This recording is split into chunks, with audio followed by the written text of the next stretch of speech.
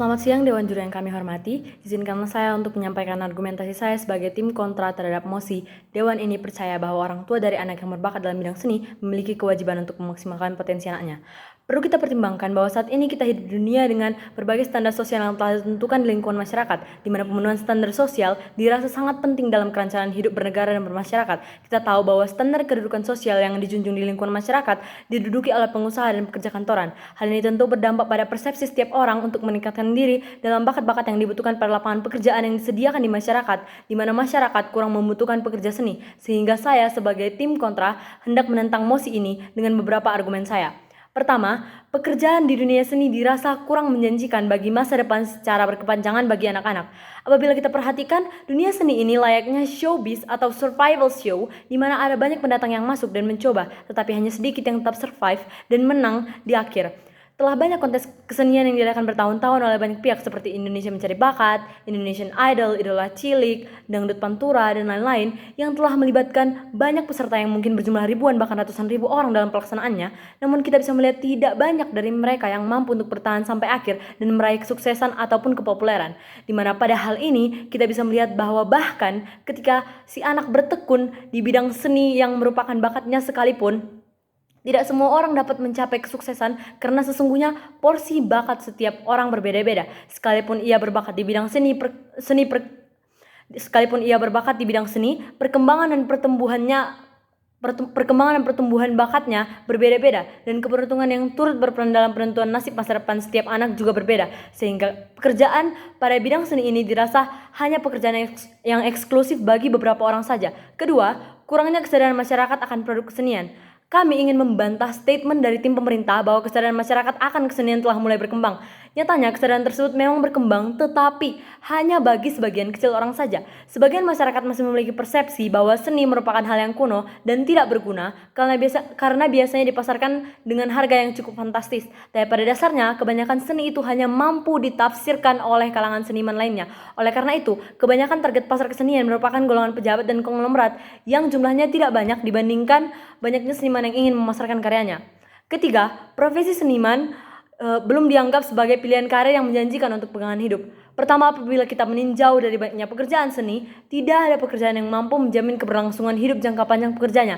Misalnya artis-artis yang bernyanyi di sana sini mungkin akan terkenal pada masa-masa tertentu, kemudian akan redup seiring dengan waktu. Hal ini dibuktikan dengan adanya pembagian era-era populer musik tertentu seperti resonance, klasik, dan lain-lain yang membuktikan seni tidak mampu menjamin keberhasilan jangka panjang pekerjanya. Kebanyakan hanya bersinar sebentar, lalu redup untuk seterusnya. Kedua, kebanyakan anak-anak yang dulunya fokus dalam pengembangan bakat di bidang seni justru akhirnya tetap akan menyesuaikan diri dengan standar kedudukan sosial pekerjaan yang dipandang masyarakat baik. Banyaknya masyarakat yang sebelumnya memilih jurusan seni dan sastra pada jenjang perguruan tinggi justru pada akhirnya tetap beralih pada pekerjaan kantoran seperti pegawai bank, PNS, buruh, pegawai swasta, dan lainnya yang pada dasarnya melenceng dari jurusan dan bakat seninya. Yang ketiga, adanya stigma negatif bahwa pekerjaan di bidang seni ini kurang menjanjikan adalah salah satunya dikarenakan minimnya nilai pendapatan yang diperoleh dari pekerjaan tersebut dibandingkan anggaran yang digunakan dalam upaya pengembangan bakat seni tersebut. Seperti yang kita ketahui, upaya dalam pengembangan bakat seni membutuhkan anggaran yang cukup besar bagi pemenuhannya. Misalnya, untuk memenuhi pengembangan bakat seni seorang anak dalam bidang musik, terutama piano, si anak tersebut harus mengikuti kursus piano serta membeli piano untuk digunakannya dalam latihan dan proses pengembangan bakatnya. Apabila si anak ingin mengembangkan bakat dalam bidang seni lukis, orang tua harus mengupayakan pemenuhan atas alat dan bahan melukis, kursus melukis, serta upaya-upaya dalam memberikan inspirasi bahan lukisan kepada anak yang dapat berupa mengajaknya berlibur dan lain-lain, yang pada akhirnya akan membutuhkan biaya pengeluaran yang cukup besar. Sementara produk kesenian yang dihasilkan oleh si anak tersebut pun tidak dapat dipastikan akan terjual dalam harga yang fantastis.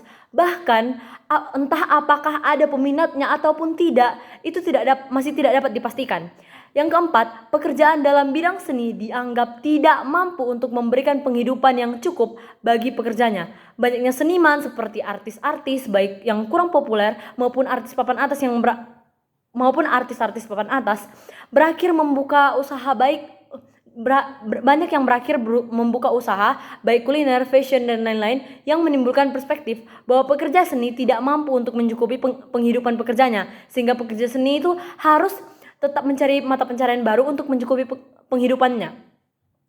Argumen keempat, saya ingin membantah statement tim pemerintah yang mengatakan bahwa ketika sudah sukses, si anak tidak akan bahagia dengan pilihan hidup yang melenceng dari bakat seninya, di mana pada usia dewasa kemampuan berpikir anak akan bertumbuh dan ia akan lebih mampu untuk berpikir secara rasional, di mana keadaan kesuksesannya meskipun bukan pada bidang kesenian merupakan hal yang patut disyukuri dan bukan disesali karena si anak akan mampu berpikir bahwa pada dasarnya sekalipun orang tuanya dahulu memberikan kesempatan baginya dalam upaya pengembangan potensi bakat seninya, tidak ada jaminan bahwa ia akan sukses pada situasinya saat itu.